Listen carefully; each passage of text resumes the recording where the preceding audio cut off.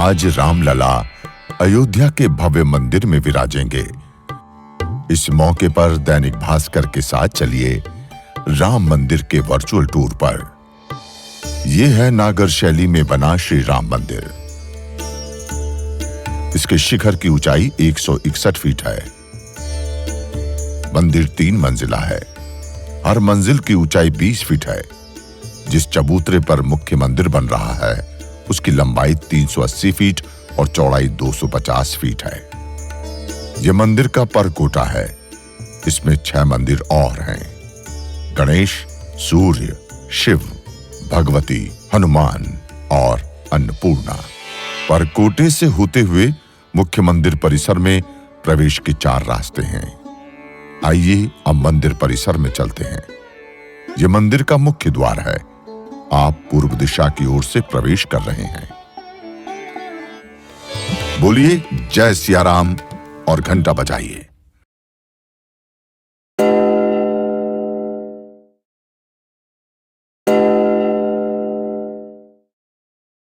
सामने श्री रामलला का मंदिर दिख रहा है।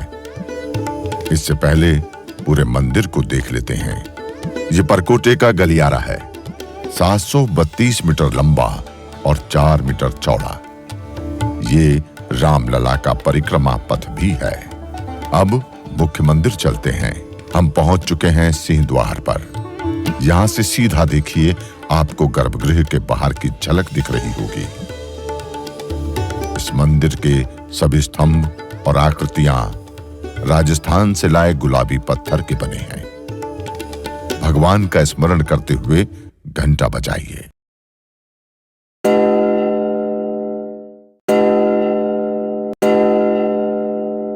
अब आगे बढ़ते हैं। सिंह द्वार से आगे 5 मंडप हैं। सबसे पहले नृत्य मंडप। यह भजन कीर्तन के लिए बनाया गया है। इसके आगे रंग मंडप से होते हुए आप गूढ़ मंडप में पहुंचेंगे। गूढ़ मंडप की बाईं ओर कीर्तन मंडप बनाया गया है। गूढ़ मंडप से दाईं ओर देखिए, यह प्रार्थना मंडप है। आप गूढ़ मंडप तक ही जा सकते हैं। इसके आगे गर्भगृह है, जहां आज रामलला विराजेंगे। रामलला के कपाट अभी बंद हैं। आज दोपहर 12:30 बजे प्राण प्रतिष्ठा के साथ ही गर्भगृह के कपाट खुलेंगे और रामलला दर्शन देंगे। उस समय आप दैनिक भास्कर ऐप पर रामलला के विशेष दर्शन के लिए आमंत्रित हैं। आप श्री रामलला पर फूल और प्रसाद अर्पित कर पाएंगे। श्री राम ज्योति जला पाएंगे। 12:30 बजे फिर से आइए और श्री राम ज्योति जलाइए।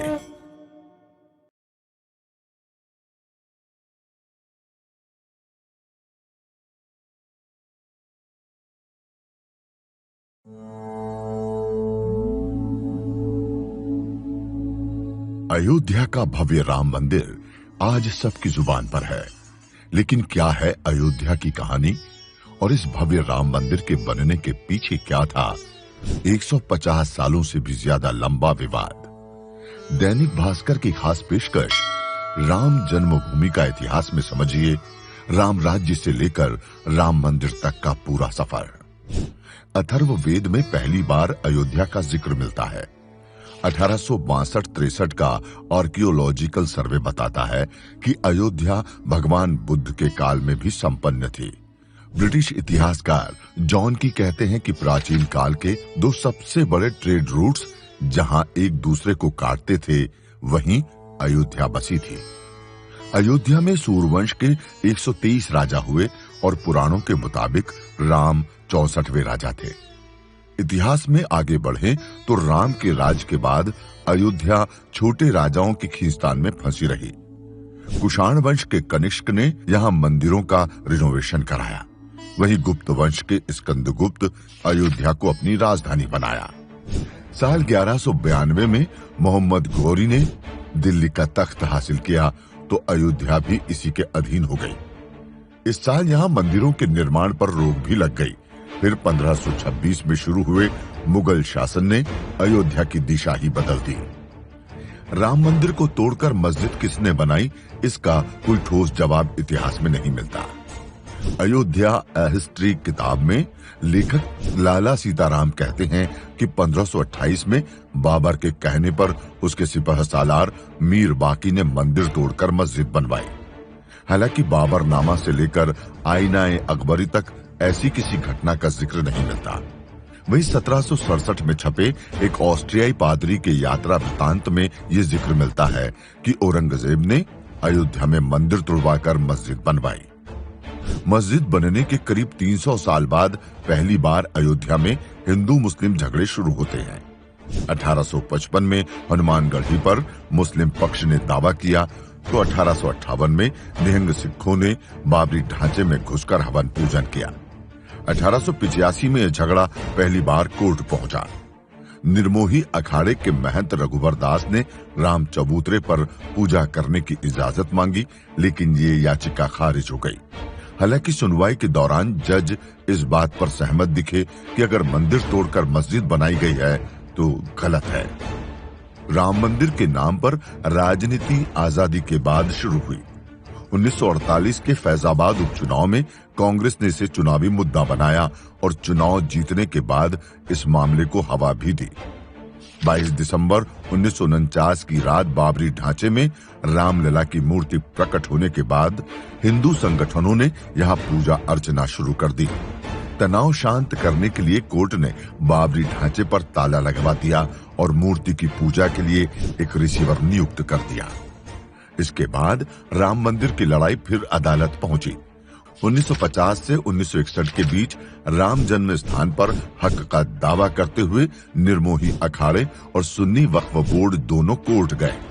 मामला अदालत से सड़क पर 1984 में पहुंचा, जब पहली बार मंदिर के लिए राम जन्मभूमि यज्ञ समिति ने रथ यात्रा बिहार से अयोध्या की। इसके 2 साल बाद फैजाबाद में गर्भगृह का ताला खोलने की एक याचिका दायर हुई। शाहबानो केस की वजह से हिंदुओं की नाराजगी झेल रहे राजीव गांधी ने दबाव डाला तो जिला प्रशासन ताला खोलने पर राजी हो गया। अब राम मंदिर का मुद्दा पूरे देश की जुबान पर था। 1889 में एक रिटायर्ड जज ने रामलला विराजमान की तरफ से कोर्ट में जमीन के स्वामित्व का दावा पेश कर दिया। इसी साल राजीव गांधी सरकार की परमिशन से विवादित ढांचे के पास शिलान्यास हुआ तो मुस्लिम नाराज हो गए। इस नाराजगी ने भाजपा को मुद्दा दे दिया और 1990 में लाल कृष्ण आडवाणी ने सोमनाथ से रथ यात्रा शुरू की। 31 अक्टूबर 1990 को उन्हें अयोध्या पहुंचकर कार सेवा करनी थी, लेकिन बिहार में ही उन्हें गिरफ्तार कर लिया गया। हालांकि कार सेवक तय दिन अयोध्या पहुंचे और विवादित ढांचे में घुसने की कोशिश की। जवाब में तत्कालीन यूपी सरकार ने गोली चलाने के आदेश दे दिए।